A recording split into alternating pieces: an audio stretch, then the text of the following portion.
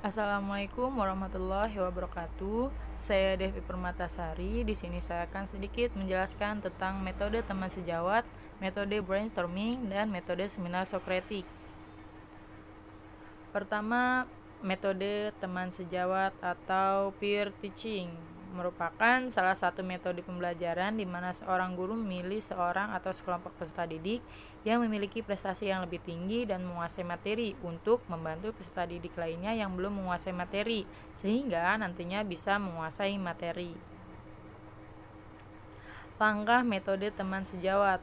Yang pertama, pilih materi yang memungkinkan dapat dipelajari oleh siswa secara mandiri. Yang kedua, bagilah siswa menjadi kelompok-kelompok kecil yang heterogen. Yang ketiga, masing-masing kelompok diberi tugas mempelajari satu submateri. Yang keempat, beri mereka waktu yang cukup untuk persiapan baik di dalam kelas maupun di luar kelas. Yang kelima, setiap kelompok melalui wakilnya menyampaikan submateri sesuai dengan tugas yang diberikan.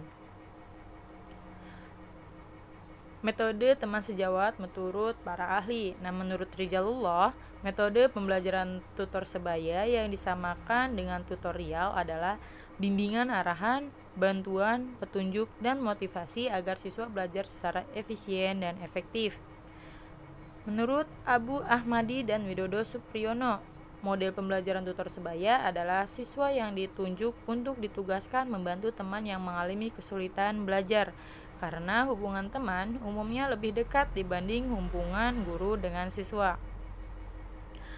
Menurut Winata Putra, model pembelajaran tutor sebaya adalah kegiatan belajar siswa dengan memanfaatkan teman sekelas yang mempunyai kemampuan lebih untuk membantu temannya dalam melaksanakan suatu kegiatan atau memahami suatu konsep. Kelebihan dan kekurangan model pembelajaran tutor sebaya. Pertama, kelebihan model pembelajaran tutor sebaya diantaranya adanya hubungan yang lebih dekat dan akrab, dapat meningkatkan rasa tanggung jawab dan kepercayaan diri. Selanjutnya, bagi tutor, pekerjaan tutoring akan mempunyai akibat memperkuat konsep yang dibahas. Bagi tutor, merupakan kesempatan untuk melatih diri, memegang rasa tanggung jawab, dan mengembang suatu tugas dan melatih kesabaran. Selanjutnya, mempererat hubungan sesama siswa hingga mempertebal perasaan sosial. Yang kelima, pengetahuan yang diperoleh biasanya akan lebih lama tersimpan dalam memori siswa. Selanjutnya, kekurangan model pembelajaran tutor sebaya. Di antaranya, pertama, siswa yang dibantu sering kali kurang serius karena berhadapan dengan temannya sendiri, sehingga hasilnya kurang memuaskan. Yang kedua, ada beberapa anak yang menjadi malu bertanya karena takut rahasianya diketahui oleh temannya.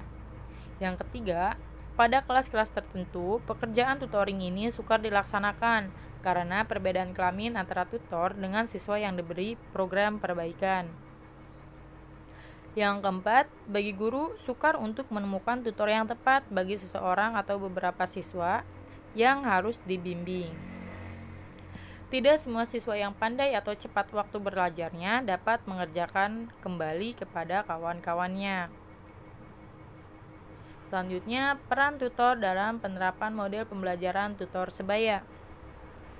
Menurut Zauzak Ahmad, diantaranya sebagai pengatur lalu lintas, menjaga agar siswa-siswa berbicara menurut giliran, menjaga agar diskusi tidak didominasi oleh siswa tertentu, memberikan kesempatan kepada siswa-siswa yang pemalu untuk mengemukakan pendapatnya, sebagai dinding penangkis, sebagai penunjuk jalan. Situasi pembelajaran di dalam kelas atau kelompok kecil diharapkan terciptanya suasana belajar yang tenang, aman, dan nyaman. Selanjutnya, metode brainstorming. Metode brainstorming adalah suatu teknik atau cara mengajar yang digunakan dalam diskusi kelompok untuk menghasilkan gagasan, pikiran, atau ide yang baru dengan melontarkan suatu masalah ke siswa oleh guru. Kemudian siswa menjawab atau menyatakan pendapat atau komentar sehingga masalah tersebut berkembang menjadi masalah baru. Metode brainstorming menurut para ahli. Pertama, menurut Minter dan Reid, Brainstorming adalah cara lain yang digunakan oleh perusahaan-perusahaan untuk menghasilkan ide-ide pada masa kini. Nah, brainstorming adalah mengumpulkan sekelompok orang dengan tujuan menghasilkan pikiran-pikiran yang baru dan segar. Menurut Akib, brainstorming adalah suatu teknik atau cara mengajar yang dilaksanakan oleh guru di dalam kelas. Metode ini dilakukan dengan melontarkan suatu masalah ke siswa oleh guru, kemudian siswa menjawab atau menyatakan pendapat atau komentar sehingga mungkin masalah tersebut berkembang menjadi masalah baru. Tujuan metode brainstorming. Nah, menurut Makaro, pelaksanaan metode brainstorming ini dalam pembelajaran memiliki tujuan diantaranya pertama, mendorong terjadinya penyampaian ide atau pengalaman pembelajaran yang sangat membantu terjadinya refleksi dalam kelompok. Yang kedua, mendapatkan sebanyak-banyaknya pendapat, ide dari pembelajaran tentang permasalahan yang sedang dibahas. Ketiga, membina pembelajaran dalam mengkombinasikan dan mengembangkan kreativitas berpikir melalui ide-ide yang muncul. Yang keempat, merangsang partisipasi pembelajaran. Yang kelima, menciptakan suasana yang menyenangkan. Yang keenam, melatih daya kreativitas berpikir pelajar. Yang ketujuh, melatih pembelajar untuk mengekspresikan gagasan baru menurut daya imajinasinya. Yang kedelapan, mengumpulkan sejumlah pendapat dari kelompok belajar yang berasal dari kenyataan di lapangan. Selanjutnya, aspek-aspek metode brainstorming. Pertama, fokus pada kuantitas. Yang kedua, penundaan kritik. Yang ketiga, sambutan terhadap ide yang tidak biasa. Dan yang keempat, kombinasikan dan perbaiki ide. Selanjutnya, langkah-langkah brainstorming. Menurut Sani, langkah-langkah metode brainstorming dalam pembelajaran adalah pertama, pahami aturan untuk melakukan brainstorming dan sampaikan aturan tersebut supaya dimengerti oleh peserta didik. Yang kedua, guru menentukan topik bahasan dan menuliskan topik bahasan pada flipchart. Yang ketiga, guru menunjuk seorang peserta didik untuk menuliskan ide-ide pada flipchart atau papan tulis.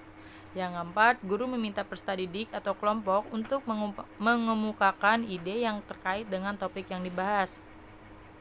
Yang kelima, berhenti dan istirahat untuk menetaskan ide atau masa inkubasi. Yang keenam, tahap evaluasi ide. Guru membahas satu persatu respon yang muncul. Kelebihan dan kekurangan metode brainstorming. Menurut Rusdia, penggunaan metode brainstorming dalam belajar mengajar memiliki kelebihan dan kekurangan sebagai berikut. Kelebihannya, pertama, anak-anak aktif berpikir untuk menyatakan pendapat. Yang kedua, melatih siswa berpikir dengan cepat dan tersusun secara logis. Yang ketiga, meningkatkan partisipasi siswa dalam menerima pelajaran.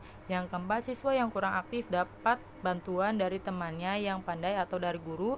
Yang kelima, terjadi persaingan yang sehat. Yang keenam, anak merasa bebas dan gembira. Dan yang ketujuh, suasana demokrasi dan disiplin dapat ditumbuhkan.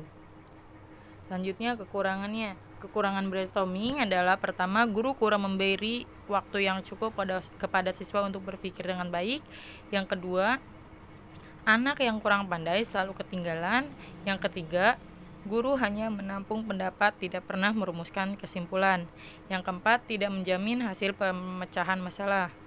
Yang kelima, masalah bisa berkembang ke arah yang tidak diharapkan.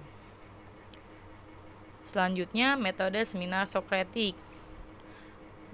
Metode Sokratik yaitu metode pembelajaran yang dilakukan dengan percakapan, perdebatan yang dilakukan oleh dua orang atau lebih yang saling berdiskusi dan dihadapkan dengan suatu deretan pertanyaan-pertanyaan yang dari serangkaian pertanyaan-pertanyaan itu diharapkan siswa mampu atau dapat menemukan jawabannya, saling membantu dalam menemukan sebuah jawaban dari pertanyaan-pertanyaan yang sulit. Langkah-langkah metode Socratic Circles. Pertama, guru menyiapkan deretan pertanyaan-pertanyaan yang akan diajukan kepada peserta didik dengan memberi tanda atau kode-kode tertentu yang diperlukan. Yang kedua, guru mengajukan pertanyaan-pertanyaan kepada peserta didik dan peserta didik diharapkan dapat menemukan jawabannya yang benar. Yang ketiga, guru mengajarkan mengapa pengetahuan itu penting dan bagaimana pengetahuan itu dapat diterapkan untuk pemecahan masalah. Yang keempat, guru menuntun eksplorasi peserta didik dengan melaksanakan perannya sebagai berikut: membiarkan eksplorasi peserta didik tak terintangi, partisipasi aktif dan bertanya, membantu peserta didik dalam menghubungkan pengetahuan baru dan pengetahuan terdahulu, membantu peserta didik membentuk dan menginternalisasi representasi masalah atau tugas, membantu peserta didik mengidentifikasi persamaan antara masalah baru dengan pengalaman yang lalu yang berisikan masalah yang serupa. Guru memberikan umpan baik mengenai benar atau salahnya jalan pikiran dan jalur pemecahan masalah.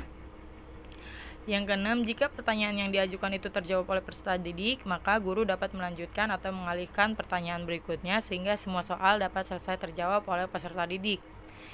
Yang ketujuh, jika pada setiap soal pertanyaan yang diajukan ternyata belum memenuhi tujuan, maka guru hendaknya mengulangi kembali pertanyaan tersebut.